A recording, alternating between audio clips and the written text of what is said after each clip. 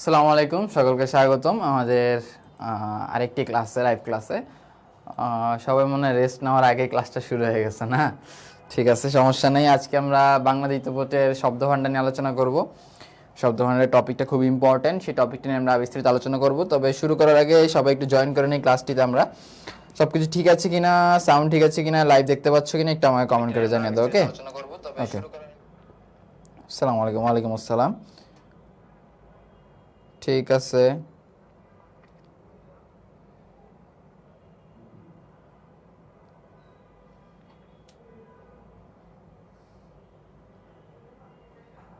ওকে। সবাই একটু জয়েন করে নেই। খাওয়া দাওয়া কি করছো কিনা সবাই?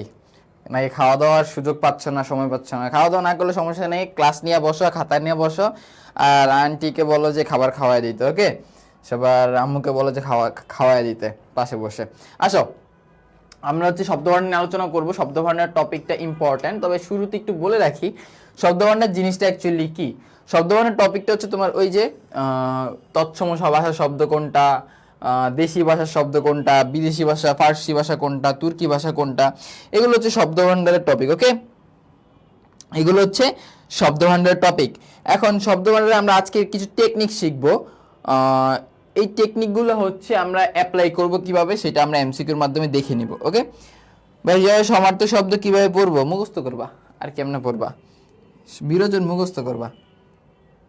আচ্ছা, ক্লাসটা কত সময় হবে? ডিপেন্ডস। 1.5 ঘন্টা, 1 ঘন্টা, 1 ঘন্টা 20 মিনিট হতে পারে, 1.5 ঘন্টা হতে পারে।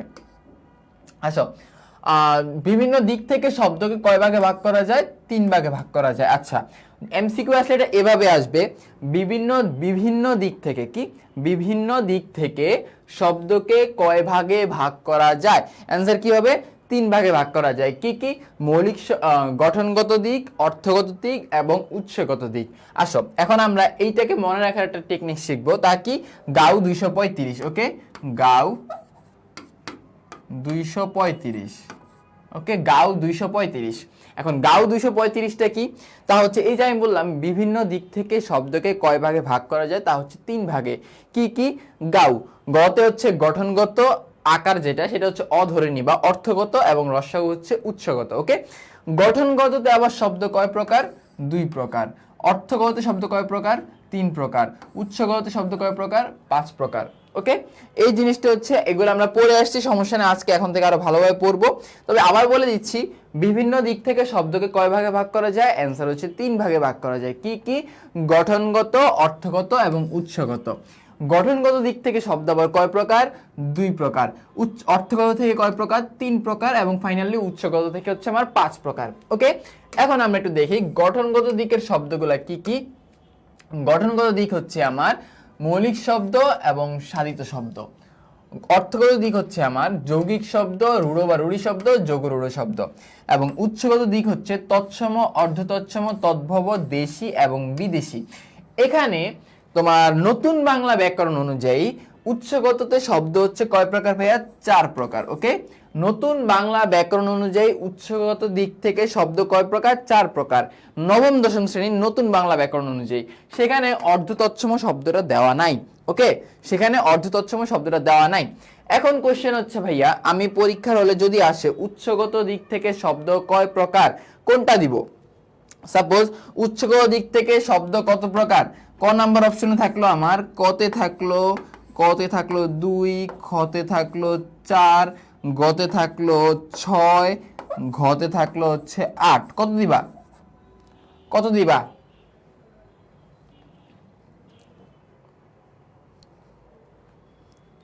যদি প্রশ্নে বলে উৎসগত দিক থেকে শব্দ কত প্রকার, তখন অ্যান্সার কোনটা দিবা? 4 প্রকার দিবা। এক্স্যাক্টলি 4 প্রকার, কারণ নতুন বাংলা ব্যাকরণ অনুযায়ী শব্দ কয় প্রকার?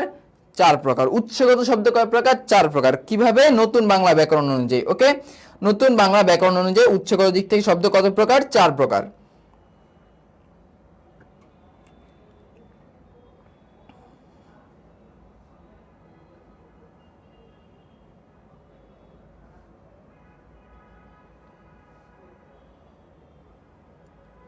ওকে, এখন সাপোজ 5ও আছে, কত দিবা? সাপোজ 2, 4, 5, 8, কত দিবা?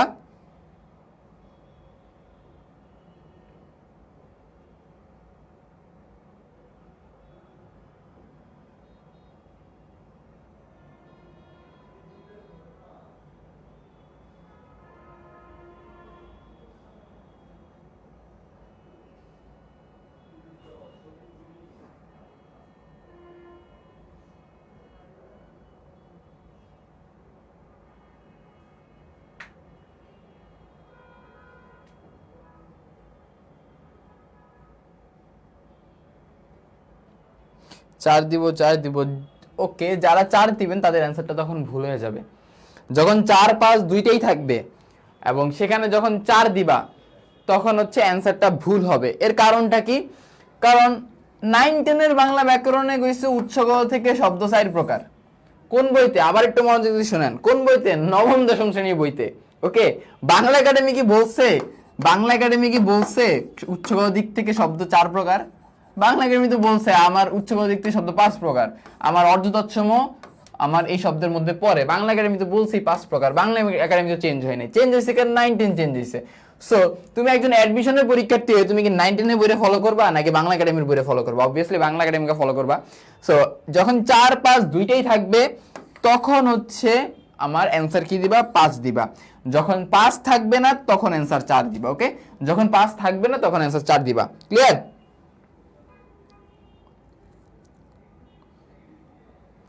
9 10 এর বইটা হচ্ছে, আচ্ছা আমি একটু বলি, তুমি হচ্ছে কি এইচএসসি পাস করছো, এইচএসসি পাস করে বিশ্ববিদ্যালয়ে ভর্তির জন্য পরীক্ষা দিবা।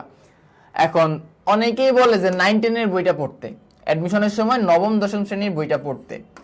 কেন বলে সেটার ব্যাখ্যা কি কখনো পাইছো? তারা বলে যে হচ্ছে নবম দশম শ্রেণীর বইটা পড়ো, এখান থেকে কমন পড়ে। এটা ভুল ব্যাখ্যা। ওকে, কমন পড়ে এই ব্যাখ্যাটা হচ্ছে ভুল। এটা পড়তে বলে তোমার বেসিকের জন্য, তোমার বেসিক ক্লিয়ার করার জন্য, তোমার বেসিক ধরার জন্য এটা পড়তে বলে, বা তোমার বেসিক আছে কিনা তুমি জানো কিনা তার জন্য হচ্ছে 9 10 এর বই পড়তে বলে। এখন তুমি হচ্ছে বিশ্ববিদ্যালয়ে ভর্তিচ্ছু স্টুডেন্ট, তুমি যদি 9 10 এর বই পড়ো, তোমার এটা মানাবে? বা হচ্ছে 9 10 এর বই কি তোমার সাথে যায়? 9 10 এর বই থেকে তোমার জন্য কোশ্চেন আসবে? আসবে না। তোমার জন্য আরো স্ট্যান্ডার্ড লেভেলের, আরো ভালো ধরনের অনেক উচ্চ লেভেলের প্রশ্ন আসবে। সো 9 10 এর বইটা হচ্ছে তোমার বেসিক স্ট্রং করার জন্য পড়তে বলে। ওকে, যেমন এই 4 প্রকার, এটা হচ্ছে 9 10 এর বইতে দেওয়া আছে 4 প্রকার নতুন বাংলা ব্যাকরণ অনুযায়ী। এটা বলছে নতুন বাংলা ব্যাকরণ অনুযায়ী, বর্ণ যে চেঞ্জ হয়ে গেছে। ওকে, জাস্ট এটা উনাদের নতুন বাংলা ব্যাকরণ অনুযায়ী 4 প্রকার, তবে বাংলা একাডেমিতে বলছি 5 প্রকার। সো যখন অপশনে 4 5 দুইটাই থাকবে তখন হচ্ছে 5 দিবা, যখন 5 থাকবে না তখন 4 দিবা। যদি 4 না থাকে তাহলে তো 5 থাকবেই, স্বাভাবিক। ক্লিয়ার? আসো, এখন আসে আমরা গঠনগত দিক থেকে শব্দ যে 2 প্রকার, তা হচ্ছে কি মৌলিক শব্দ এবং সাধিত শব্দ। এটা নিয়ে আমরা একটু আলোচনা করি। মৌলিক শব্দ, আচ্ছা মৌলিক শব্দ চেনার আগে আমরা একটু মৌলিক সংখ্যা নিয়ে আলোচনা করি। ওকে, মৌলিক সংখ্যা। এখন মৌলিক সংখ্যাগুলো কি কি আমরা ছোটবেলা থেকে পড়ে আসছি। 1 এবং তার নিজস্ব সংখ্যা ব্যতীত অন্য কোনো সংখ্যা না পাওয়া গেলে সেটি হচ্ছে মৌলিক সংখ্যা। ছোটবেলা থেকে আমরা সেটা পড়ে আসছি, তাই না? যেমন মৌলিক সংখ্যাগুলো কি কি দেখো, 1 3 5 7 11 13 17 19। ওকে, দেখো আমি যদি এগুলোকে ভাঙাই 1 into 3, 1 into 1 সরি, দেন 1 into 3, 5টে ভাঙাইলাম 1 into 5, 7টে ভাঙাইলাম 1 into 7, 11কে ভাঙাইলাম 1 into 11, 13কে ভাঙাইলাম 1 into 13, এরপর ভাঙলাম 17কে 1 into 17, এরপর ভাঙাইলাম 19কে 1 into 19। ওকে, দেখো এগুলো হচ্ছে কি মৌলিক সংখ্যা। কিভাবে? এগুলোকে যখন আমি ভাঙাইছি তখন এই 1 এবং ওই নিজস্ব সংখ্যা ব্যতীত আমি অন্য কোনো সংখ্যা পাই নাই। 1 এবং অন্য ওই নিজস্ব সংখ্যা ব্যতীত আমি অন্য কোনো সংখ্যা পাইনি, দেখো পাচ্ছি না। তার মানে যে কিন্তু যখন আমি দেখো 9কে ভাঙাই, যখন আমি 9কে ভাঙাই তখন কি পাই? 1 into 3 into 3। দেখো আমি 9কে ভাঙাইলে 1 ছাড়া আরো নতুন 2টা সংখ্যা পাচ্ছি। ওকে, যখন আমি 9কে ভাঙাই তখন 1 ব্যতীত আমি আরো নতুন 2টা সংখ্যা পাচ্ছি। কিন্তু যখন আমি 3কে ভাঙাই 1 এবং 3 ব্যতীত অন্য কোনো সংখ্যা পাই না, 5কে ভাঙাইলে 1 এবং 5 ব্যতীত অন্য কোনো সংখ্যা পাই না। সো মৌলিক সংখ্যাটা হচ্ছে, বুঝতে পারছো আশা করতেছি। এখন মৌলিক শব্দটাও সেম কনসেপ্ট, মৌলিক শব্দটাও একই কনসেপ্ট। মৌলিক শব্দটা কি? যদি আমি কোনো শব্দকে ভাঙাই, যেমন হচ্ছে মা, দেখো মা, যখন আমি মাকে ভাঙাই ম যোগ আ ভাঙাই, তখন আমি এইখানে যা আছে এইখানেও তাই পাচ্ছি, নতুন কিছু পাচ্ছি না। তার মানে আমি কি বলতে পারি? মৌলিক শব্দকে ভাঙা যায় না, বিশ্লেষণ করা যায় না। আমি এটার জোরপূর্বক বিশ্লেষণ করছি, করার পর দেখো ময়ের কি কোনো অর্থ আছে? এটার কি অর্থ আছে? অর্থ আছে। আয়ের কি কোনো অর্থ আছে? অর্থ আছে? নাই। সো আমার কি যে শব্দগুলো বিশ্লেষণ করলে ওই শব্দের মূল ছাড়া, এই যেগুলো হচ্ছে কি মূল ছাড়া অন্য কোনো রূপ পাওয়া যায় না, তাকে কি বলা হয়? মৌলিক শব্দ বলা হয়। ওকে, সো এই যে মা, বাবা, লাল, গোলাপ, গোলাম, হাত, মাছ, ফুল, বই, পা, এগুলো হচ্ছে আমার কি সব মৌলিক শব্দ। ক্লিয়ার?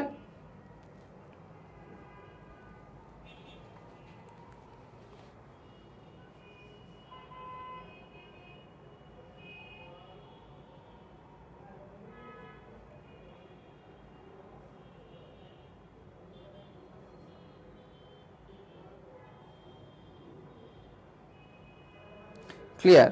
ওকে, ভেরি গুড। গণিতে দুর্বল, ম্যাথ করো আমার কাছে, আমি ম্যাথ তো নেই না। অনেক স্বপ্ন ছিল, ইচ্ছা ছিল ম্যাথ পড়াবো, কিন্তু মহসিন মামা ঢুকাইছে বাংলাতে। ওকে, আসো। সো আরো কিছু আমরা এক্সাম্পল দেখি, যেমন দেখো গোলাপকে, এখন গোলাপ হচ্ছে, যদি কোনো পোলায় তোমার জীবনে গোলাপ দিয়ে থাকে তাহলে তার জিজ্ঞাসা, এই মানে প্রেম করবা না না করবা সেটা পরের বিষয়। যদি গোলাপ দেয় ফিউচারে, তাহলে বলবা গোলাপ কোন ভাষার শব্দ, বা হচ্ছে গোলাপ কোন ধরনের শব্দ। যদি বলতে পারে যে গোলাপ মৌলিক শব্দ, তাহলে অ্যাকসেপ্ট করে নিও, কারণ পড়ালেখায় ভালো। যদি না বলতে পারে তাহলে বলবো তুই বাদ। ওকে, আসো। সো গোলাপটা আমরা দেখি, যেমন গোলাপের দেখো তো ভাঙা যায় কিনা? ভাঙা যায় না, তাও আমি জোর করে ভাঙামো। জোর করে কেমনে ভাঙামো? এই যে গ ওকার, সরি, জোর করে কেমনে ভাঙামো? এই যে বর্ণের মধ্যে ভাঙামো, গ যোগ ও, গো লাপ, ল যোগ আ যোগ প, গোলাপ। দেখো গোলাপকে আমি জোর করে ভাঙাইলাম। গোলাপকে কিভাবে? এই যে গোলাপ। ওকে, গোলাপ আমি জোর করে ভাঙাইলাম। দেখো তো আমি এর বাইরে নতুন কোনো শব্দ আমি পাইছি কিনা, নতুন কোনো কিছু আমি পাইছি কিনা? পাই নাই, কারণ এই যে ও এর ফর্ম হচ্ছে এখানে কি বসছে? ওকার, ল হচ্ছে আকার। ওকে, নতুন কিছু আমি পাই নাই। সো মৌলিক শব্দ আমার কি? যে শব্দগুলো বিশ্লেষণ করলে ওই শব্দের মূল ছাড়া অন্য কোনো রূপ পাওয়া যায় না, সেটাই হচ্ছে আমার কি? মৌলিক শব্দ। সেম কনসেপ্ট, গোলাম, হাত, মাছ, বই, ফুল, পা, বাবা, মা ইত্যাদি। ওকে, আসেন সাধিত শব্দতে আমরা যাই। আমাদের সাধিত শব্দটা কি? মৌলিক শব্দের বিপরীত। মৌলিক শব্দের কি? বিপরীত। ওই যে আমি বললাম, দেখো 9 আমি ভাঙাইলাম, 1 × 3 × 3, ভাঙায় আমি কি নতুন রূপ পাইছি, সাহিত্য শব্দটা সেম। অর্থাৎ যে শব্দগুলো বিশ্লেষণ করলে ওই শব্দের মূল ছাড়া, মানে আমি তো মূল পাবোই, সাথে অন্য রূপও পাবো, অন্য একটা রূপও পাবো, তাকে হচ্ছে আমার কি বলা হয়? সাধিত শব্দ। তাকে আমার কি বলা হয়? সাধিত শব্দ। এখন সাধিত শব্দ চেনার কিছু টেকনিক আছে। মৌলিক শব্দ হবে, একে তো মৌলিক শব্দ হবে, ধাতু হবে, উপসর্গ হবে, প্রত্যয় হবে, সমাস হবে। ওকে, সাহিত্য শব্দ কয়ভাবে গঠন হতে পারে? দেখো, মৌলিক শব্দ যোগ হতে পারে, ধাতুর সাথে হতে পারে, উপসর্গের সাথে হতে পারে, প্রত্যয়ের সাথে হতে পারে, সমাসের সাথে হতে পারে। অর্থাৎ 5 ভাবে সাধিত শব্দ গঠন হতে পারে। 5টা ভাবে আমি এক্সাম্পল দিচ্ছি, আসেন।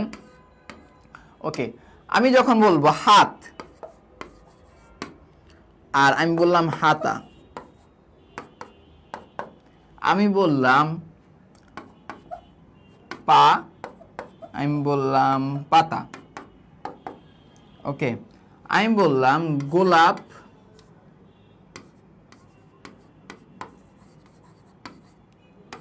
আমি বললাম গোলাপি।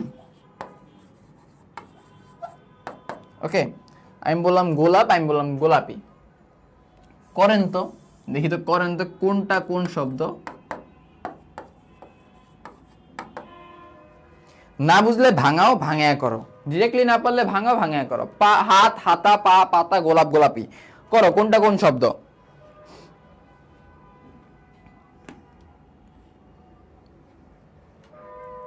কোনটা কোন শব্দ? আমি ধাতু উপসর্গ কিছুই পারি না। উপসর্গের ক্লাস নেই তোমাদের? এই তোমাদের না উপসর্গের ক্লাস নিয়েছি দিব মাইর। নত্যসত্য বিধান উপসর্গ বানান শুদ্ধি হয়ে গেছে না, বাক্যতত্ত্ব হয়ে গেছে। পা মৌলিক। ওকে ভাই, আজকে আমার এক্সের গায়ে হলুদ একটা মোটিভেশন দিন। আচ্ছা, তোমার জন্য সেরা মোটিভেশন হচ্ছে কি জানো? এক্স মানে কি? প্রাক্তন। চলে যখন গেছে চলে যাক, মানে কেন শয়তানদের কেন ধরে রাখতে চাও? শয়তান যখন চলে যেতে চাচ্ছে শয়তানকে চলে যেতে দাও, ওকে? সো এখানে মন খারাপের কিছু নেই, আরো খুশি হও, ঈদের মতো উদযাপন করো, পারলে ক্লাস করো না, বন্ধু বান্ধব দিনে আড্ডা দাও আজকে জমায়া।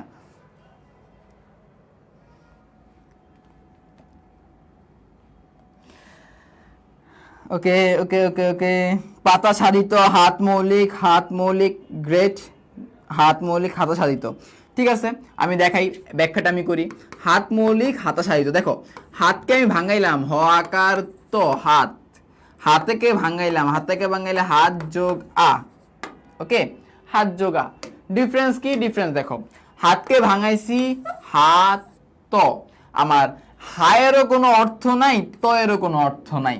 এখন বলতে পারো ভাই হায়ের তো এখানে অর্থ আছে, হা মানে তো হ্যাঁ বোধক, ইয়েস, হা মানে তো ইয়েস বুঝায়, নো রে ভাই, হা, এই হা তো ইয়া না, হা হচ্ছে হ জফলা আকার চন্দ্রবিন্দু, বা হ জফলা আকার, এইটা হচ্ছে হা বুঝায়, ওকে? তোমার এই হা দিয়ে হায়ের কোনো অর্থ নাই, ওকে? সো এইটা আমার কি? এইটা আমার হচ্ছে মৌলিক শব্দ। এইটা আমার কি? এইটা হচ্ছে আমার মৌলিক শব্দ, ওকে? 1 নাম্বার দিলাম, মৌলিক শব্দ। হাতা, হাতাকে ভাঙাইছি যখন, তখন দেখো হাত মৌলিক শব্দ প্লাস প্রত্যয়, কি বলছে? মৌলিক শব্দ ধাতু প্রত্যয় উপসর্গ সমাসের যোগে গঠিত হয় কে? সাধিত শব্দ। তাহলে দেখো হাত কোন শব্দ? মৌলিক শব্দ। আ কি? আ হচ্ছে প্রত্যয়। আচ্ছা, এখন বলে দেই, আগে ঢুকলে উপসর্গ, পিছনে ঢুকলে তোমার হচ্ছে প্রত্যয়, মাঝখানে ঢুকলে সমাস, ওকে? সো এই যে আ হচ্ছে কি? আ হচ্ছে প্রত্যয়। হাত কি? হাত হচ্ছে মৌলিক শব্দ, ওকে? হাত হচ্ছে মৌলিক শব্দ, হাত হচ্ছে মৌলিক শব্দ। ক্লিয়ার? হ্যাঁ আম্মু, আমি ক্লাসে, আমি ক্লাসে ক্লাসে ক্লাসে আমি পরে ফোন দিব।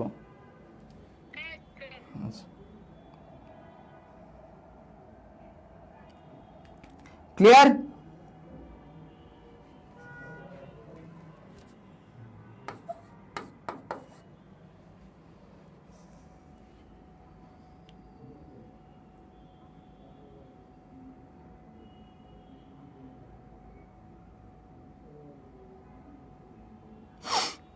ওকে, আসো এরপর যাই হাতাতে। এখন পা, পাতা, পাটা এটা করেন তো, এটা অনেকেই দেখছি অ্যান্সার দিছেন, এটা করেন তো, এটা করেন তো। হাত হাতাকে আমি বুঝে দিয়েছি, তাহলে পা পাতাটা একটু করেন তো দেখি।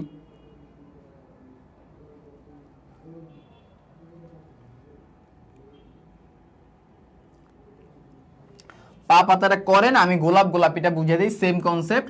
গোলাপ তো একটু আগে ভাঙাইছি, দেখো গোলাপটা ভাঙাইছি, কিছু পাই নাই, কিন্তু তার মানে এটা কোন শব্দ? গোলাপটা হচ্ছে মৌলিক শব্দ, ওকে? গোলাপটা হচ্ছে আমার মৌলিক শব্দ। গোলাপিটা কি? সাহিত্য শব্দ। কিভাবে? গোলাপ, গোলাপ যোগ রস্যই, গোলাপি, ওকে? মৌলিক শব্দ প্লাস প্রত্যয়। কিন্তু পা পাতাটা কি? পাতা সাধিত, এই যে রোদেলা আসার মার মধুরা। আসো, পাতা, পাকে ভাঙাইলাম, প যোগ আ, কোনো অর্থ পাই নাই, মৌলিক শব্দ। পাতাকে ভাঙাইলাম, পা যোগ আ, পা যোগ তা, সাহিত্য শব্দ। আচ্ছা যাক, হইছে, ওকে, ঠিক আছে। পাতা কি? সাহিত্য শব্দ। ক্লিয়ার?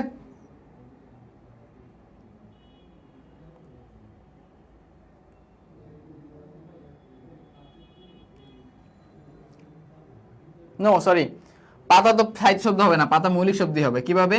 পাতাকে ভাঙাই, পাত যোগ আ, পাতা, প্রত্যয় তো এখানে আ, মূল শব্দ তো এখানে পাত, ওকে? সো পাতাটা হচ্ছে আমার মৌলিক শব্দ, পা এবং পাতা দুইটাই হচ্ছে আমার কি? মৌলিক শব্দ। ক্লিয়ার? দেখেন, হাত, হাতা, হাত, হাতা। সো আমার হাতা, হাতার মধ্যে হাত মূল শব্দ, আ হচ্ছে প্রত্যয়। পাতার মধ্যে পাত মূল শব্দ, আ হচ্ছে আমার কে? প্রত্যয়। সো পাতের তো কোনো অর্থ নাই, তার মানে এটা আমার কি হবে? মৌলিক শব্দ হবে। ক্লিয়ার?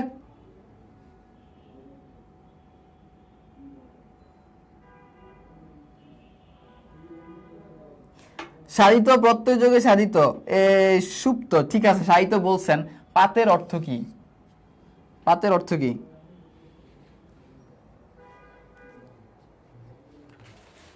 সোহেল ভাই, ইয়ে চলে গেছে, ব্যাটারি শেষ। সমস্যা নাই, চলে আসবো আমরা কিছুক্ষণের মধ্যেই।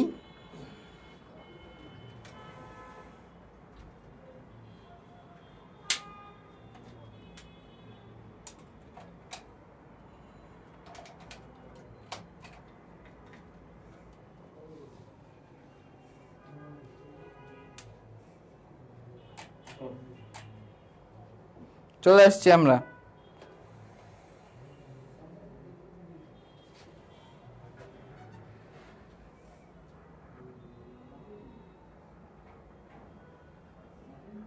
ওকে, আসো, মৌলিক শব্দ এবং সাহিত্য শব্দ আমার গেল। আসেন গঠনগত আমার শেষ, অর্থগততে আসেন। ওকে, আচ্ছা, ত্রিভুবন, এই যে সমাস দ্বারা কিছু দেখে, তোমার হচ্ছে ইয়ে দ্বারা দেখাইছি তাই না, প্রত্যয় দ্বারা দেখাইছি। আসো, ত্রিভুবন, এই ত্রিভুবন, তিন ভুবনের সমাহার। সুনাম, এই যে সুটা হচ্ছে কি আমার উপসর্গ, সু প্লাস নাম উপসর্গ। ওকে, আচ্ছা, আইসিউ টুতে কি উপসর্গ পড়াই নেই? একটু আমার জানাও তো।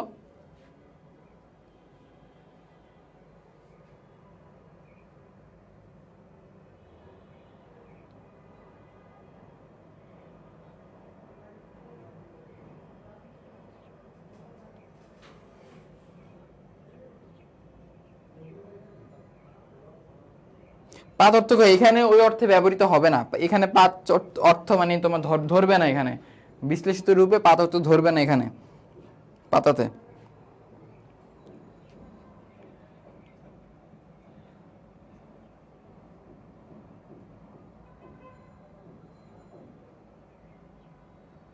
পরাজয়, পরাজয় সাহিত্য শব্দ। পরাযোগ জয়, জয় মূল শব্দ, পরাযোগ জয়, এই যে পরা যোগ জয়, পরা হচ্ছে উপসর্গ আর জয় মূল শব্দ। পরাযোগ জয় উপসর্গ যোগে গঠিত সাহিত্য শব্দ। যেমন সুনাম, মূল শব্দ নাম, সু হচ্ছে উপসর্গ। না পড়ার নেই, আচ্ছা ঠিক আছে, ওকে ওকে, তাহলে উপসর্গ পড়াইতে হবে না, একটু লিখে রাখি আমি। আজকে 23 তারিখ 1-2 উপসর্গ।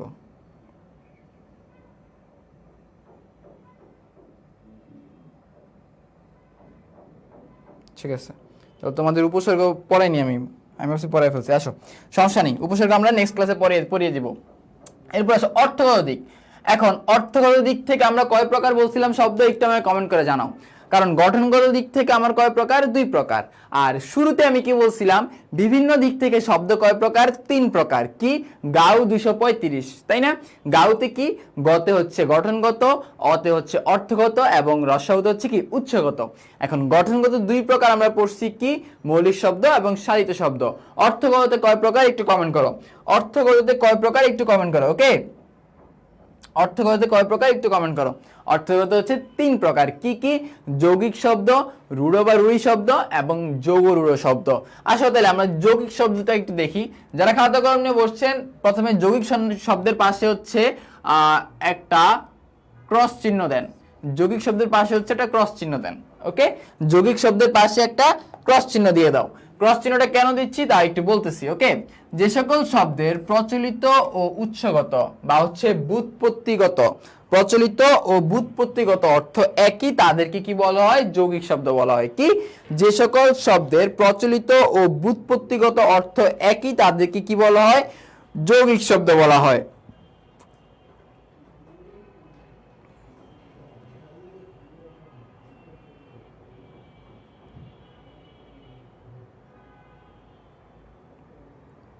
ওকে, এখন ব্যুৎপত্তিগত মানে কি? মানে উৎসগত, যে শব্দ যেখান থেকে শব্দটার উৎস, যেখান থেকে শব্দটা এসেছে, ওকে, সেই স্থান। অর্থাৎ যে সকল শব্দের প্রচলিত, প্রচলিত মানে কি? বর্তমানে ব্যবহৃত, এবং উৎসগত, যেখান থেকে শব্দটার উৎস, যেখান থেকে শব্দটার জন্ম, সেই উৎস এবং প্রচলিত, জন্ম এবং ব্যবহারিক। ওকে, সাপোজ কারো জন্ম হয়েছে 2000 সালে।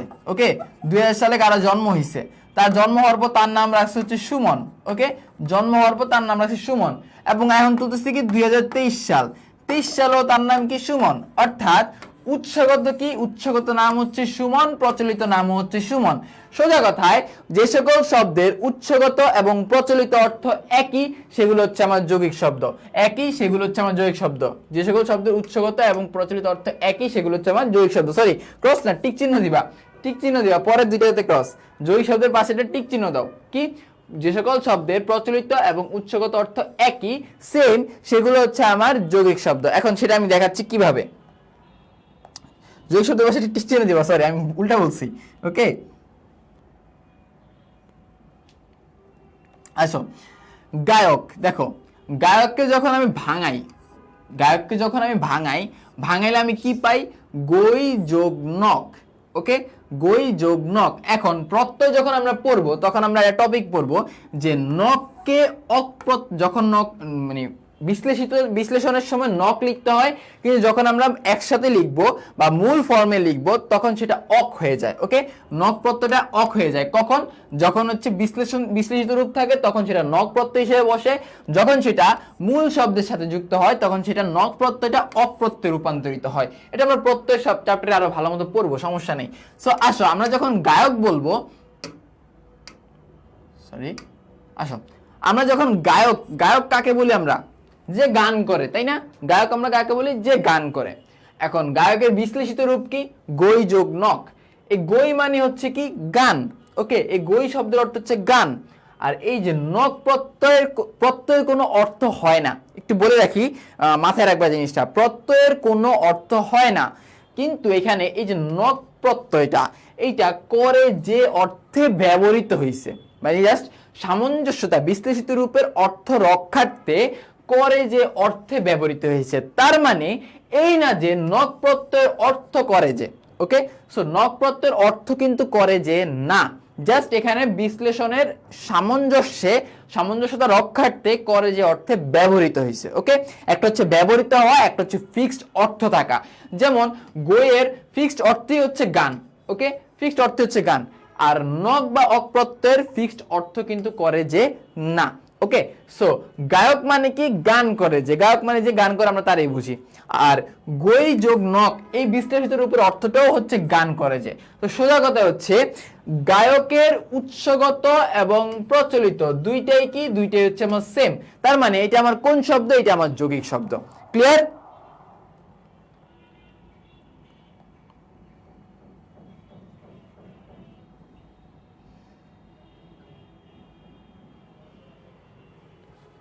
এক্স্যাক্টলি, একজন বলছে প্রত্যয়ের কোনো অর্থ হয় না। হ্যাঁ, সেটাই বুঝাইছি এতক্ষণ, প্রত্যয়ের কোনো অর্থ হয় না। ওকে, ক্লিয়ার এটুকু?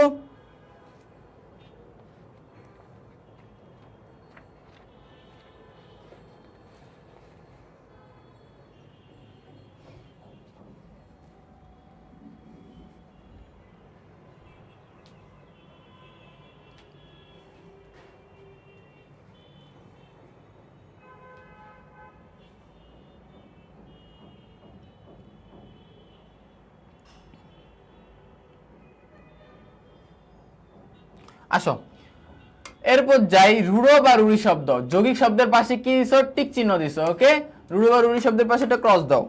রূঢ় বা রূঢ়ি শব্দের পাশে কি দাও? ক্রস দাও। কেন দিচ্ছি তা বলতেছি, আসো। প্রত্যয় ও উপসর্গ যোগে যে সকল শব্দের প্রচলিত ও উৎসগত অর্থ ভিন্ন, ওকে, কি থাকবে? প্রত্যয় থাকবে, উপসর্গ থাকবে। প্রত্যয় বা উপসর্গ থাকবে, অর্থাৎ রূঢ় বা রূঢ়ি শব্দের মধ্যে আমার কি পাবো? প্রত্যয় বা উপসর্গ পাবো। সো প্রত্যয় বা উপসর্গ যোগে যে সকল শব্দের প্রচলিত মানে ব্যবহৃত, বর্তমানে তার নাম কি? সুমন। বর্তমানে তার নাম কি? সুমন। কিন্তু উচ্চগলে তার নাম কি ছিল? জরিনা। উচ্চগলে তার নাম কি ছিল? জরিনা। ওকে, সো বর্তমানে তার নাম সুমন, কিন্তু উচ্চগলে জরিনা। সো প্রচলিত এবং উচ্চগত অর্থ কি আমার ভিন্ন? যেহেতু ভিন্ন, তার মানে এটা কোন শব্দ? রূঢ় বা রূঢ়ি শব্দ। এখন আমরা আইডেন্টিফাই কিভাবে করব? সেটা হচ্ছে কোশ্চেন। আসো, সেটা হচ্ছে প্রশ্ন। দেখি, সোজা কথায় এখানে কয়েকটা আছে, এগুলো মুখস্থ করলেই হয়, কিন্তু আমাদের ব্যাখ্যা সহ বুঝতে হবে যে আমরা বের করার, যদি এর বাইরে থেকেও আসে তাহলে আমি কিভাবে অ্যাপ্লাই করব সেটা আমার জানতে হবে। দেখি আমরা মূল শব্দটা কি? হস্তি। আমরা যখন কি সন্ধি বিচ্ছেদ করলাম তাহলে কি পেলাম? হস্ত যোগ ইন, তার মানে ইনটাকে প্রত্যয়। এই যে প্রত্যয় ও উপসর্গ যোগে বলছে, সো আমি কি পাইছি? প্রত্যয় যোগে পাইছি। ওকে, প্রত্যয় যোগে পেয়েছি। সো হস্তির আমার সন্ধি বিচ্ছেদ কি? হস্ত যোগ ইন। এখন হস্ত মানে কি? হস্ত মানে হচ্ছে হাত, আর ইন প্রত্যয়। আমি আবার বলতেছি, প্রত্যয়ের কোনো অর্থ হয় না, জাস্ট ইন প্রত্যয়টা এখানে আছে যার অর্থে ব্যবহৃত হয়েছে। ওকে, সো হস্ত মানে কি? হাত, আর ইন প্রত্যয় মানে কি আছে যার, তার মানে হস্তিকে আমরা যখন ভাঙাইছি তখন এর অর্থ কি পাইছি, হাত আছে যার। এখন চিন্তা করো, তা আমার হাত আছে, তুমি কি আমার হস্তি কও? তোমার হাত আছে, তুমি কি তোমার হস্তি বলো? হস্তি তুমি কাকে বলো? হস্তি হচ্ছে হাতিকে বলা হয়, বা হচ্ছে এক ধরনের প্রাণীকে বলা হয়। ওকে, হস্তি কাকে বলা হয়? হাতিকে বলা হয়। সো প্রচলিত আর হচ্ছে উৎসগত অর্থ আমার কি ভিন্ন কিনা? অবশ্যই ভিন্ন। ওকে, অবশ্যই হচ্ছে ভিন্ন। ক্লিয়ার?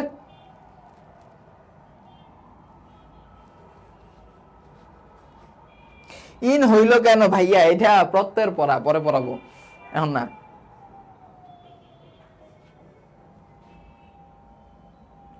এটা প্রত্যয়টা সবার শেষে পড়াবো, তার মাথা তার ছিঁড়ে যাবে। ওকে, মা তার ছিঁড়ে যাবে, কারণ প্রত্যয়টা সবার শেষে রাখি আমি।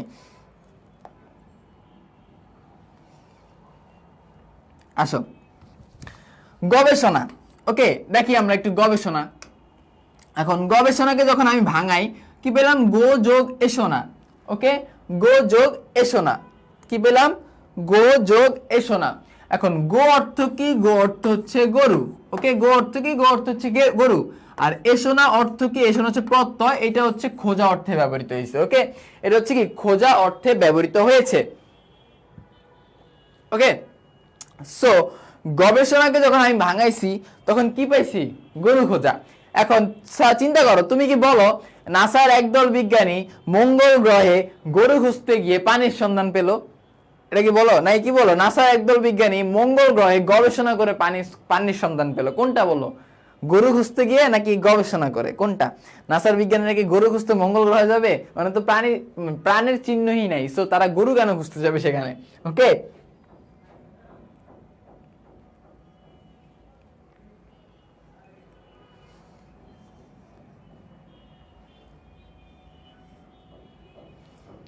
সো গবেষণা অর্থটা কি আমার তাহলে ভাইয়া বলো তো?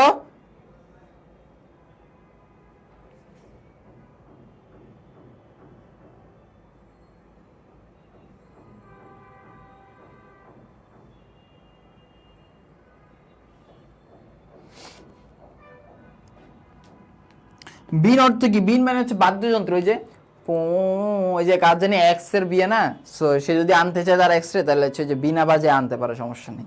ওকে, ওই বিন আর বিনা একই কথা ওইটা। ওকে, সো আমরা কি দেখলাম? গবেষণা কি? বিশেষভাবে খোঁজা। এরপর হচ্ছে প্রবীণ।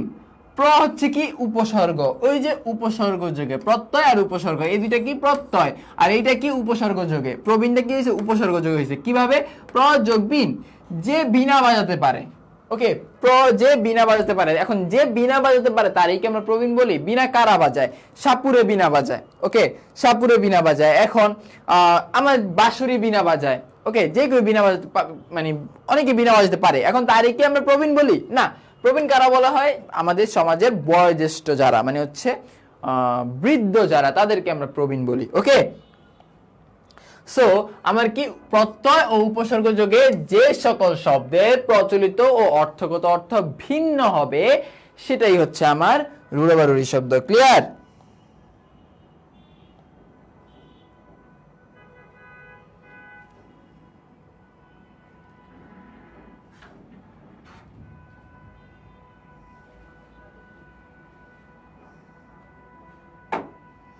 বিন আর বিন অর্থ এক না। এই বিন তো এই বিনের তো কোনো অর্থ নাই। এই বিনের তো কোনো অর্থ নাই। তোমার বিন বা বিনা, ওকে, এই বিনের কোনো অর্থ নাই।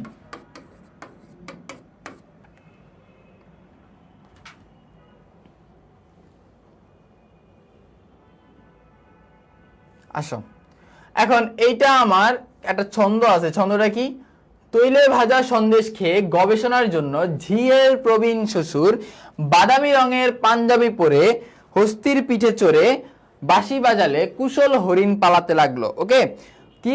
তৈলে ভাজা সন্দেশ খেয়ে, এগুলো হচ্ছে কি তোমার পার্মানেন্ট কিছু রূঢ় বা রূঢ়ি শব্দ। এখন একজন বলছে ঝি মানে কি? ঝি মানে হচ্ছে মেয়ে। ওকে, মেয়ে। কয় না আজ জিয়ে আইজা স্কুলে গেছে, জি দেখবা, এটা নোয়াখালীর ওই পাশের মানুষরা বেশি বলে। সো ঝি, ঝি হচ্ছে মেয়ে। ওকে, আসো, তৈলে ভাজা সন্দেশ খেয়ে গবেষণার জন্য ঝিয়ের প্রবীণ শ্বশুর বাদামি রঙের পাঞ্জাবি পরে হস্তির পিঠে চড়ে বাঁশি বাজালে কুশল হরিণ পালাতে লাগলো। ওকে, এগুলো হচ্ছে সব যেগুলো লাল মার্ক করা এখানে, এগুলো হচ্ছে আমার যোগী রূঢ় বা রূঢ়ি শব্দ। ক্লিয়ার?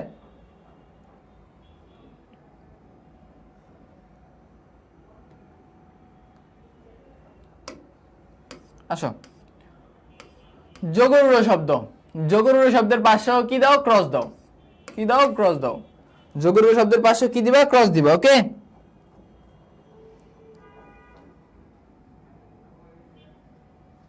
আবার কি দিবা? ক্রস দিবা। আসো, সমাসবদ্ধ যে শব্দের অনেক অর্থ পাওয়া যায়। ওকে, যোগরূঢ় শব্দের পাশে কি দাও? ক্রস দিবা আর দিবা অনেক অর্থ পাওয়া যায়। দেখো, সমাসবদ্ধ যে শব্দের অনেক অর্থ মানে একাধিক অর্থ পাওয়া যায়, কিন্তু শব্দটি কোনো নির্দিষ্ট অর্থের জন্য, কিন্তু শব্দটি কোনো নির্দিষ্ট অর্থের জন্যই ব্যবহার হয়, সেটাই হচ্ছে আমার যোগরূঢ় শব্দ। ওকে, কি বলছে? সমাসবদ্ধ শব্দে, সমাসবদ্ধ যে শব্দের অনেক অর্থ মানে এমন একটা শব্দ যেটার অনেক অর্থ পাওয়া যাবে, যেটার অনেক অর্থ পাওয়া যাবে। ফর এক্সাম্পল, সমার্থক শব্দ। সমার্থক শব্দ যেমন জল। দেখো, জলের কিন্তু আমার অনেক অর্থ পাওয়া যায়। ওকে, জলের কিন্তু আমার অনেক অর্থ পাওয়া যায়। সমুদ্র, আমার অনেক অর্থ পাওয়া যায়। ওকে, সো জল, সমুদ্র, আগুন, এগুলো আমার অনেক অর্থ পাওয়া যায়। এখন আমার কিন্তু আমার এখানে কি বলছে? সমাসবদ্ধ পদ হতে হবে। সেটা সমাসবদ্ধ পদে যে শব্দের অনেক অর্থ পাওয়া যায়, কিন্তু শব্দটি কোনো নির্দিষ্ট যে কোনো একটা অর্থের জন্যই ব্যবহৃত হবে, সেটা আমার কি? সেটা হচ্ছে আমার যোগরূঢ় শব্দ। ফর এক্সাম্পল, যেমন জলদ। জলদ মানে কি? জল দেয় যে। ওকে, এখন জল দিতে পারে এমন তো অনেক কিছুই আছে। জল দিতে পারে এমন অনেক কিছুই আছে। চিন্তা করো তো কি কি? যেমন নদী থেকে আমরা জল পাই, সমুদ্র থেকে জল পাই, মেঘ থেকে জল পাই, ওয়াসা থেকে জল পাই, তারপর হচ্ছে পানির ট্যাঙ্কি থেকে জল পাই, বোতল থেকে, যে বোতল থেকে আমরা জল পাই, তারপর হচ্ছে আর কি কি আছে তোমার, ট্যাপ থেকে জল পাই। তো জল পাই এমন অনেক কিছু আছে, বা জল দেয় এমন অনেক কিছু আছে। ওকে, কিন্তু জলজ শব্দটা আমার কার অর্থে ব্যবহৃত হয়েছে? মেঘের সমার্থক শব্দ। মানে জলদ বলতে কেবলমাত্র মেঘকেই বোঝানো হয়। ওই যে মেঘ শব্দের সমার্থক শব্দ পড়ছো কিনা, আমি পিডিএফ ছিল, পড়ছো কিনা অনেকে পড়লে পড়তে পারো। সো মেঘের সমার্থক শব্দ কি? জলদ। সো জলদ শব্দটা শুধুমাত্র কার জন্য ব্যবহৃত হয়েছে ভাইয়া? মেঘের জন্য ব্যবহৃত হয়েছে। সো আমরা কি পেলাম? যে একাধিক অর্থ পাওয়া যাবে, কিন্তু শব্দটা কেবল নির্দিষ্ট একটার জন্যই ব্যবহৃত হবে। সেটাই হচ্ছে আমার কি? যোগরূঢ় শব্দ। ক্লিয়ার?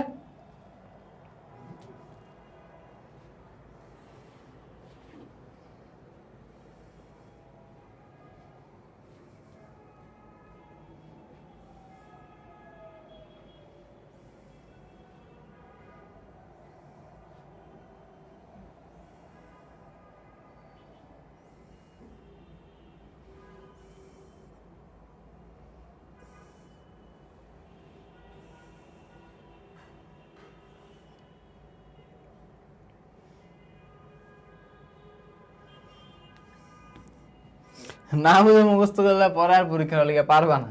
আসো, পঙ্কজ। পঙ্কে জন্মে যা। ওকে, এখন পঙ্কে জন্মে কি হইতে পারে? শৈবাল আছে। পঙ্কে মানে কি? পানিতে। পানিতে জন্মে যা। শৈবাল আছে, শালুক আছে, আরো নানাবিধ উদ্ভিদ আছে। দেখবা পানির নিচে অনেক ধরনের গাছ জন্মায়, অনেক ধরনের কিছু জন্মায়। কিন্তু পঙ্কজ বলতে শব্দটি কেবলমাত্র পদ্ম ফুল রে বোঝায়। ওকে, কাকে বোঝায়? পদ্ম ফুলকে বোঝায়। তেমনি হচ্ছে অচল, উদ্ভিদ, অসুখ, ওকে, ইত্যাদি। ফিক্সড কিছু আছে, যেমন রাজপুত, পঙ্কজ ও সরোজ উপাসনালয় ছেড়ে বলদ সহ জলদির কাছে মহাযাত্রার আয়োজন করলেন, যা আদিত্য বেতারে শুনলেন। ওকে, এখানে যে লাল মার্কের গুলো আছে, এগুলো হচ্ছে আমার যোগরূঢ় শব্দ, ফিক্সড। এর বাইরে নাই, তেমন কিছু নাই, মানে এগুলো ইম্পর্টেন্ট করে ফেলে। ওকে, এগুলো হচ্ছে আমাকে যোগরূঢ় শব্দ।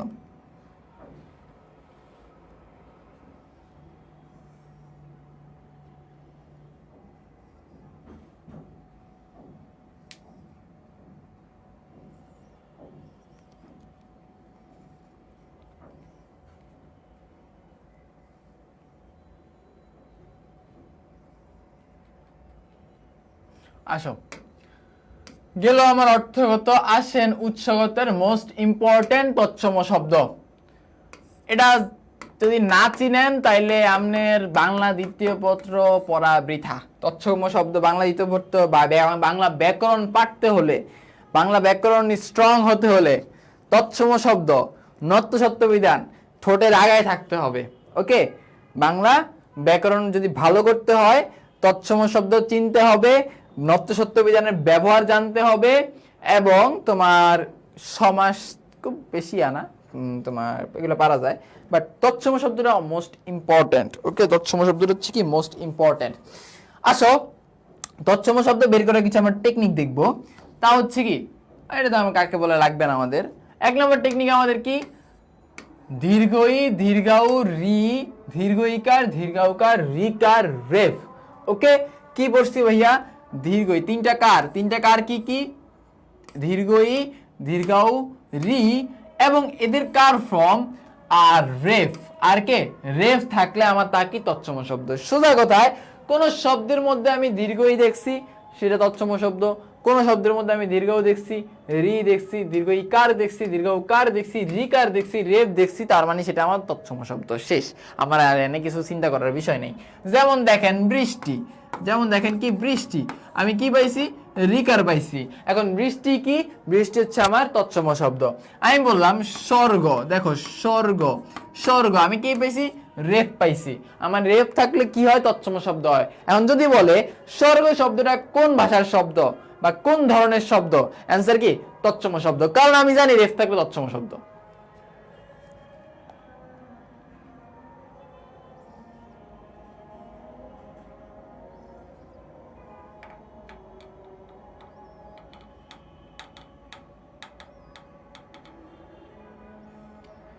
পঙ্কে জন্মে যে, এটাই তো ব্যাস বাক্য। হ্যাঁ, এটা ব্যাস বাক্য, পঙ্কজ হচ্ছে এটাই ব্যাস বাক্য। এটা সম্ভবত এটা পঙ্কজ উপপদ তৎপুরুষ সমাসের উদাহরণ সম্ভবত।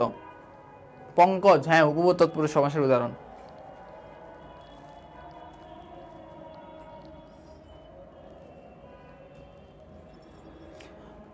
ভাই স্যার এই অধ্যায়ে কয়দিন টাইম দিয়ে পড়বে একটু বললে ভালো হয়। এই অধ্যায়ে পড়ার মতো আছে, আমি যেমনি পড়ায় দিব এমনি পড়লে একদিনই হয়ে যাইব।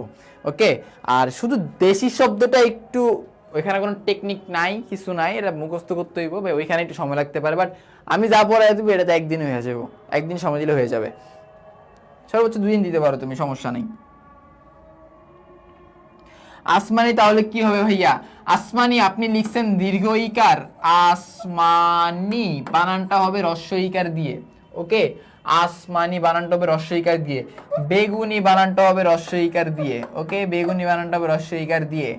রং, রং সকল রং, কিছু স্পেসিফিক রং বাদে বাকি সকল রঙের নাম হচ্ছে, রং কি ফার্সি ভাষার শব্দ। ওকে, পড়াবো আস্তে আস্তে পড়াবো, আইতাছি, ঠিক আছে। কিছু স্পেসিফিক রং ছাড়া বাকি সকল রং হচ্ছে আমার কি ফার্সি শব্দ। আসেন 2 নম্বর পয়েন্টে যাই, ফলা। বাংলা ব্যাকরণে ফলা কয়টা, 6টা। কি কি, মফলা, বফলা, জফলা, নফলা, রফলা, লফলা। ওকে, ম ব জ ন র ল। ওকে, মফলা, বফলা, মফলা, বফলা, জফলা, নফলা, রফলা, লফলা, এই 6টা হচ্ছে ফলা। বাংলা যদি শব্দের মধ্যে তুমি দেখো ফলা আছে, এই 6টা যে কোনো একটা ফলা আছে তৎসম শব্দ। ওকে, এই 6টার যে কোনো একটা ফলা আছে, তার মানে সেটা তৎসম শব্দ। যেমন দেখো পদ্ম, মফলা আছে, আত্মা মফলা আছে, ব্যাকরণ জফলা আছে, বিদ্যা জফলা আছে, চিহ্ন নফলা আছে, অপরাহ্ন নফলা আছে, অপরাহ্ন বানান এখানে ভুল, অপরাহ্ন নফলা আছে, গ্রহ রফলা আছে, চন্দ্র রফলা আছে, ক্লান্ত লফলা আছে, উল্লাস লফলা আছে।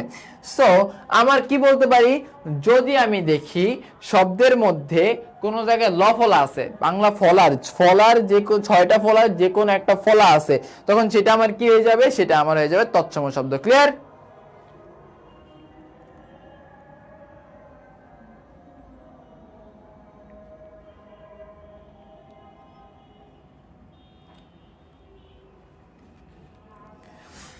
ওকে, আসো মূর্ধন্য ন বা মূর্ধন্য স থাকলে সেটা আমার কি হয়ে যাবে, তৎসম শব্দ। কি, মূর্ধন্য ন বা মূর্ধন্য স থাকলে আমার কি তৎসম শব্দ, এটা নত সত্য বিধান আমরা পড়বো। মূর্ধন্য ন বা মূর্ধন্য স থাকলেই সেটা আমার কি তৎসম শব্দ। আরেকটা জিনিস বলে রাখি, তৎসম শব্দে মূর্ধন্য ন মূর্ধন্য সই বসবে, তৎসম শব্দের দন্ত ন বা হচ্ছে দন্ত স বসে না। কি তৎসম শব্দে দন্ত ন বা দন্ত স বসে না, তৎসম শব্দে সর্বদাই আমার কে বসবে, মূর্ধন্য ন বা মূর্ধন্য স বসবে। সো বিনা, বণিক, তৃণ, তৃষ্ণা, কৃষক। দেখো বিনা মূর্ধন্য ন আছে, বণিক মূর্ধন্য ন আছে, তৃণ তৃণতে মূর্ধন্য ন আছে, রিকারও আছে, তৃষ্ণা রিকার আছে, আবার মূর্ধন্য স আছে, মূর্ধন্য ন আছে, কৃষক রিকার আছে, আবার মূর্ধন্য স আছে। সো এই যে মূর্ধন্য ন বা মূর্ধন্য স থাকলে আমার সেটা কোন শব্দ, সেটা হচ্ছে আমার তৎসম শব্দ। ক্লিয়ার? এরপর আসো, শব্দের শুরুতে তৎসম উপসর্গ 20টি থাকলে কি, শব্দের শুরুতে তৎসম উপসর্গ 20টি থাকলে, শব্দের শুরুতে তৎসম উপসর্গ 20টি কি কি তৎসম উপসর্গগুলো আমরা একটু দেখি। প্র, পরা, অপশমনী, অনু, অব, নির্দুর্ভি, অদিশু, উৎপরি, প্রতি, অতি, অভি, অপি, উপা। ওকে, এ হচ্ছে 20টা তৎসম উপসর্গ। একটু যারা পারেন না সমস্যা নাই, আমার সাথে পড়েন, বা হচ্ছে আমরা উপসর্গ চ্যাপ্টার এটা মুখস্থ করিয়ে দিব। আর এখন চাইলো আমার সাথে পড়েন, আমি একটু এখনো মুখস্থ করিয়ে দিই। আসেন সবাই একটু জোরে জোরে পড়েন। কি কি? প্র, পরা, অপশমনী, পাঁচটা পাঁচটা করে পড়বো আমরা। কি কি? প্র, পরা, অপশমনী, অনু, অব, নির্দুর্বি। কি আমার সাথে আবার একটু পড়েন। প্র, পরা, অপশমনী, প্র, পরা, অপশমনী, অনু, অব, নির্দুর্বি, অনু, অব, নির্দুর্বি, অধিসু, উৎপরি, প্রতি। কি? অধিসু, উৎপরি, প্রতি। প্র, পরা, অপশমনী, অনু, অব, নির্দুর্বি, অধিসু, উৎপরি, প্রতি, অতি, অভি, অপি, উপ, আ। ওকে, অতি, অভি, অধি, অপি, উপ, আ, এগুলো হচ্ছে আমার কি, এগুলো হচ্ছে আমার তৎসম উপসর্গ। কি কি? প্র, পরা, অপশমনী, অনু, অব, নির্দুর্বি, অধিসু, উৎপরি, প্রতি, অতি, অভি, অপি, উপ, আ, এই 20টা হচ্ছে আমার কি তৎসম উপসর্গ। সো তৎসম উপসর্গ যদি দেখি কোন শব্দ গঠন হয়েছে, তখন সেটা আমার কি তৎসম শব্দ। যেমন দেখো প্রহার, প্র উপসর্গ, পরা, পরা উপসর্গ, অপ, অপ উপসর্গ, উপ, উপ উপসর্গ, সু, সু উপসর্গ, অভি, অভি উপসর্গ, নির্লজ্জ, নির উপসর্গ এখানে। ওকে, ক্লিয়ার? গেল। হিন্দু ধর্ম সংক্রান্ত সকল শব্দে আমার কি তৎসম শব্দ। এখন হিন্দু ধর্ম সংক্রান্ত শব্দগুলো কি কি? যেমন হিন্দুদের দেবতার নাম রাম, দেবতা দেবীর নাম রাম, সীতা, দুর্গা, তারপর হচ্ছে লক্ষণ, এরপর হচ্ছে আর কে কে আছে, যেমন হচ্ছে শিব। এরা হচ্ছে কি হিন্দু হিন্দু হিন্দু ধর্মের দেবতা, দেব বা দেবী। সো তাদের নাম, তাদের উপাসনালয়ের নাম, তাদের ধর্মীয় গ্রন্থের নাম, সব কিছু হচ্ছে আমার কি তৎসম শব্দ। এখন ধর্মীয় গ্রন্থ কি? যেমন হচ্ছে তোমার মহাভারত, মহাভারত গ্রন্থিত সম্ভবত, হ্যাঁ, রামায়ণ, এগুলো হচ্ছে কি তাদের কি ধর্মীয় গ্রন্থ। আরেকটা আছে কি জানো নাম তাদের, আরেকটা যেন কি গ্রন্থ আছে। সো ঋগ্বেদ সম্ভবত হিন্দু ধর্মের গ্রন্থ না, যেন বৌদ্ধ ধর্মের গ্রন্থ ঋগ্বেদ। ওকে, ঋগ্বেদ কি হিন্দু ধর্মের? যদি হিন্দু ধর্মের কেউ থাকুই তো আমার জানো, আর আমি কনফিউজ হিন্দু ধর্মের না বৌদ্ধ ধর্মের। হ্যাঁ, বেদ, বেদ পুরাণ, এক্স্যাক্টলি, বেদ পুরাণ, রামায়ণ, এগুলো হচ্ছে আমার কি হিন্দু ধর্মীয় সংক্রান্ত। সীতা বলিনি, আমি সীতাই বলছি, সীতাই বলছি। তোমার মূলত উচ্চারণটা আমার সীতাই বলছি, সীতা বলি নেই।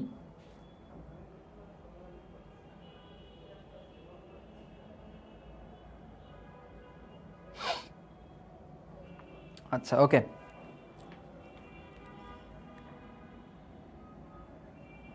ওকে, ঠিক আছে। রাম, সীতা, তারপর হচ্ছে রাবণ, রামায়ণ, ব্রাহ্মণ, দুর্গা, পূজা, মন্দির ইত্যাদি সবকিছু আমার হিন্দু ধর্মের সংক্রান্ত। সো হিন্দু ধর্মের সংক্রান্ত সকল শব্দে আমার কি তৎসম শব্দ। বহুবচন সম্পর্কিত শব্দ কি কি? বহুবচন শব্দগুলো আমরা কি কি? আবলি, গুচ্ছ, দাম, নিকর, মালা, রাজি, রাশি, নিচ, এগুলো হচ্ছে বহুবচন সম্পর্কিত শব্দ। এগুলো হচ্ছে কি কোন শব্দের শেষে বসে, আমরা জানি এটা। বহুবচনবাচক শব্দগুলো আমার কি কোন শব্দের শেষে বসে। সো বহুবচনবাচক শব্দগুলো হচ্ছে আমার কি তৎসম শব্দ। ওকে, এই শব্দগুলো যখন কোন শব্দের শেষে বসবে তখন সেটা আমার কি হবে? তৎসম শব্দ হবে। যেমন আমি বলি পণ্ডিত বর্গ, দেখো পণ্ডিত বর্গ,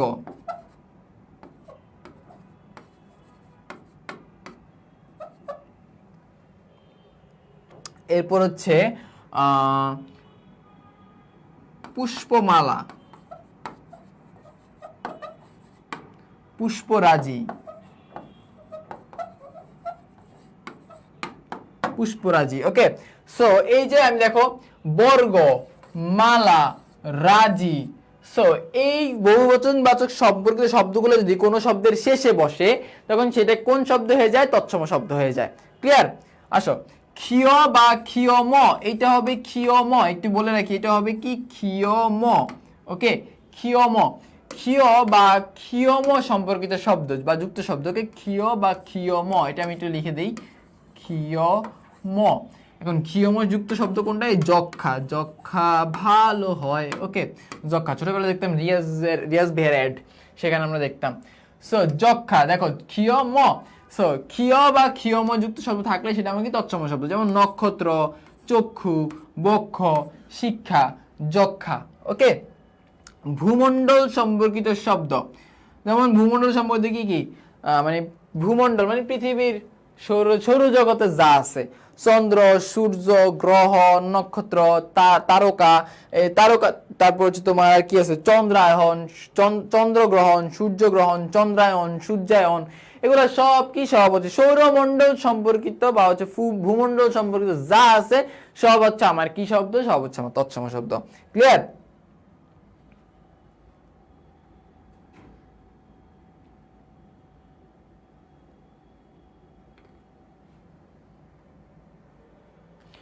আরবি এবং ফার্সি শব্দ এগুলো মনে থাকে না ভাইয়া, এগুলো মনে রাখার কি রুল আছে? আছে, পড়াবো, যাইনি তো এখনো।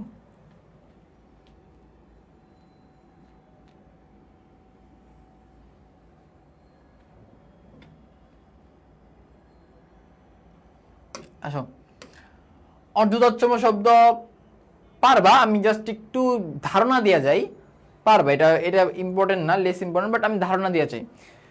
দেখবা গ্রামের ভাষায়, গ্রামের কি বলে তোমার, সাপোজ কি বলে, জ্যোৎস্না, মূল শব্দ কি আমার? জ্যোৎস্না। এখন গ্রামে চিন্তা করো তো, এটা কি বলে? জ্যোৎস্না বলে না জ্যোৎস্না কয়? জ্যোৎস্না, জ্যোৎস্না, ঠিক আছে, জ্যোৎস্না, মূলত আমার শব্দটা কি? জ্যোৎস্না, কিন্তু আমাদের গ্রামে এটা কি বলে? জ্যোৎস্না। ওকে, জ্যোৎস্না, আরে আইজ রাইতে তো জ্যোৎস্না চাঁদ উঠছে। ওকে, সো এই যে জ্যোৎস্না, জ্যোৎস্নাকে কি বলে? মানে একটু বিকৃত হয়ে যায়। এরপর আমার ঘৃণা, ঘৃণাকে কি বলে? ঘেন্না। ওকে, আমার ওরে দেখলে ঘেন্না আসে। ওকে, ঘেন্না। এরপর হচ্ছে গৃহিণী, গৃহিণী থেকে কি হচ্ছে? গিন্নি। এরপর হচ্ছে তোমার আমার কি বলে, আর কি আছে? হ্যাঁ, নিমন্ত্রণ। ওকে, আজ আমার বাড়িতে তোমার নেমন্তন্ন রইল, নেমন্তন্ন রইল। সো এই যে বিকৃত হয় না ভাষার বিবর্তনের মাধ্যমে, তৎসম শব্দটা একটু হালকা বিকৃত হয়, এই বিকৃত ভাষাটি হচ্ছে অর্ধতৎসম ভাষা। ওকে, এই বিকৃত রূপটি হচ্ছে অর্ধতৎসম ভাষা। ক্লিয়ার?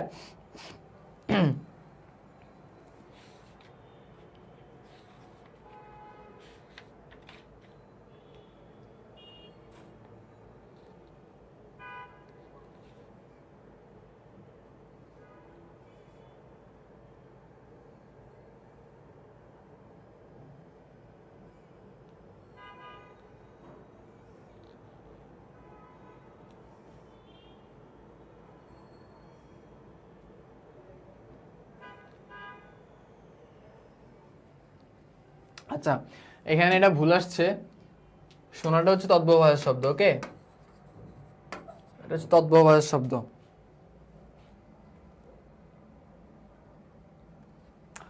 এরপর আসো, এটা শেষ গেল, এটা জাস্ট হালকা কিছু বেসিক ধারণা দিয়ে দিলাম।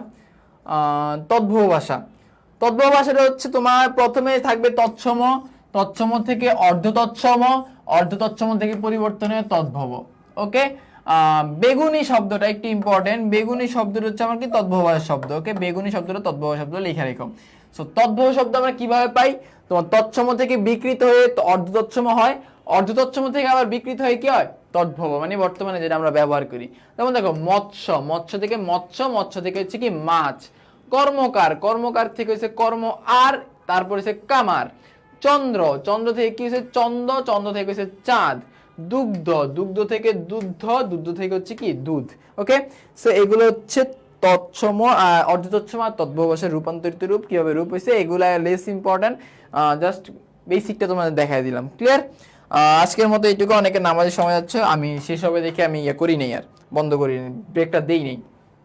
ঠিক আছে, সো দেখা হচ্ছে নেক্সট ক্লাসে শব্দ ভান্ডারের 2 নাম্বার টপিক, 2 নাম্বার পার্ট সেটা আমরা শেষ করে দিব ফুল নেক্সট ক্লাসে, পিডিএফটা আমি আপলোড করে দিছি।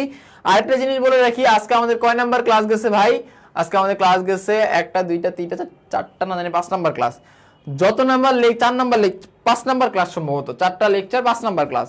যতটা লেকচার হবে ততটা পিডিএফ বিরোচন পড়বা, ওকে? পরীক্ষার জন্য যারা পরীক্ষা দিবা, মানে সাপ্তাহিক যে পরীক্ষাটা হয়, বাংলা যতটা লেকচার হবে, যতটা হচ্ছে লেকচার, ক্লাস না লেকচার, যেমন 4টা লেকচার আজকেরটা সহ, তোমার বানান শুদ্ধি, নতসত্যবিধান, দেন হচ্ছে বাক্য প্রকরণ, শব্দভাণ্ডার, 4টা লেকচার 4টা লেকচারে 4টা বিরোচন ডে পড়বা পরীক্ষার জন্য। আর তুমি চাইলে এক্সট্রা পড়ে নিতে পারো, ওকে?